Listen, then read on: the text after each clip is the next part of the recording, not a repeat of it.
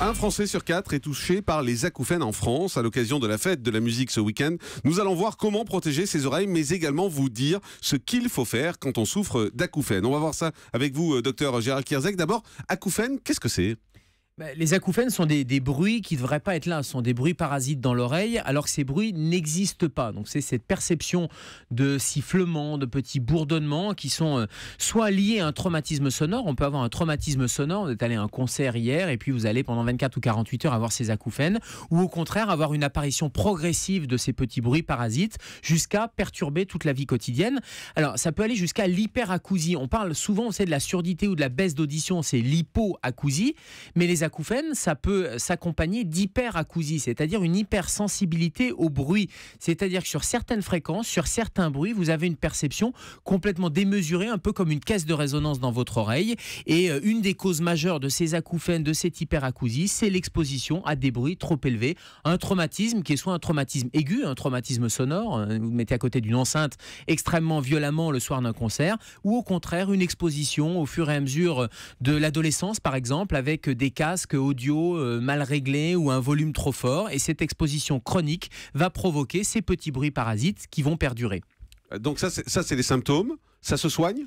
Alors ça se soigne, déjà il faut ne pas les banaliser, parce que souvent les gens disent « oh, c'est pas très grave, ça va passer ». Déjà, si vous avez un traumatisme sonore, si vous avez été à côté d'une enceinte ou s'il y a eu un bruit, une espèce de détonation extrêmement importante et que vous avez des symptômes après ce traumatisme sonore, c'est important de consulter. Qu'il y ait une baisse de l'acuité auditive ou pas, mais à partir du moment où il y a eu le traumatisme sonore et qu'il y a des symptômes auditifs, de l'acouphène, l'hyperacousie, donc cette hypersensibilité, ou bien sûr une diminution de l'acuité auditive, de l'audition, il faut consulter, parce que là il y a des traitements en urgence à mettre en place, parce que c'est un phénomène inflammatoire, c'est au niveau de l'oreille, donc il faut mettre en place un traitement. C'est quoi, des médicaments en fait ? Oui, ce sont des médicaments, il faut consulter, des anti-inflammatoires notamment, la cortisone qui peut aussi être intéressant, donc vous consultez votre médecin généraliste, un médecin ORL, il y a un examen otoscopique qui va être fait aussi, puisque ça peut aller jusqu'à des lésions importantes de l'oreille, donc il faut aller voir ce qui se passe au niveau de l'oreille. Donc déjà en cas de traumatisme aigu, c'est important de consulter, de ne pas dire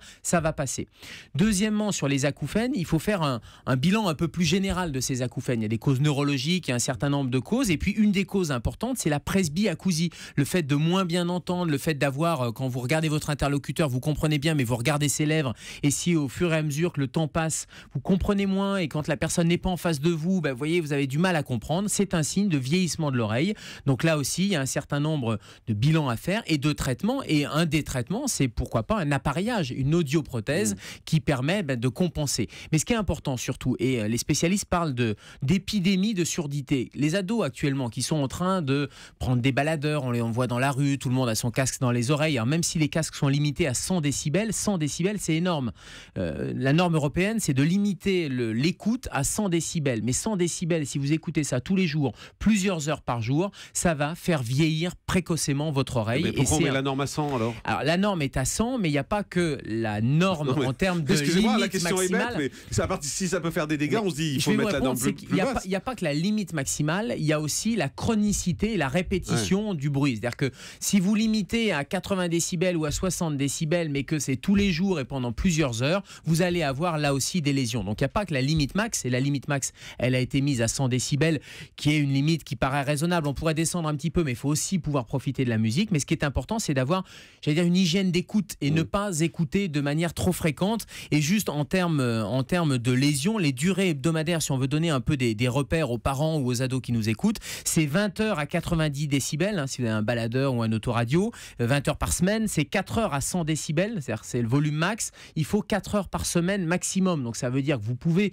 utiliser, mais moins de 4 heures, parce que sinon vous risquez d'avoir un vieillissement prématuré de l'oreille. Et si vous allez en discothèque, c'est 100 décibels, on les dépasse en discothèque. C'est 100, 103 décibels, et c'est 2 heures max. Donc ça veut dire 2 heures en discothèque par semaine. Et là, ça devrait permettre de préserver cette oreille au maximum. Mais est-ce que quand on est plus jeune, c'est plus simple d'écouter fort ? où on risque les mêmes dégâts que quand on est plus âgé? C'est pas plus simple ou plus difficile, c'est surtout plus dangereux parce que c'est plus dangereux. Bien oui, parce que plus vous commencez non, mais je pensais que c'était peut-être plus élastique et qu'on avait la possibilité de mieux résister. Pas du tout, c'est-à-dire que plus vous écoutez tôt à de forts volumes, plus vous allez faire vieillir votre oreille prématurément, puisque si vous écoutez à l'âge de 13-14 ans, eh bien 15 ans après, vous allez avoir une presbyacousie parce que pendant 15 ans, vous aurez écouté à des niveaux sonores trop importants qui vont abîmer, qui vont faire disparaître les cellules ciliées au niveau de l'oreille interne, qui vont faire disparaître aussi cette espèce d'élasticité au niveau de notre oreille. Donc c'est pour ça qu'on se retrouve avant, on avait des gens qui étaient à 50 ans, 55 ans, qui étaient un peu durs de la feuille comme on dit, et bien maintenant ce sont des jeunes de 35 ans mais qui ont 20 ans d'écoute de baladeurs avec une forte puissance et qui se retrouvent avec les mêmes symptômes que ce qu'on avait 10 ans, 20 ans plus tard. Donc c'est pas parce qu'on écoute plus jeune qu'on est plus protégé, j'allais dire au contraire.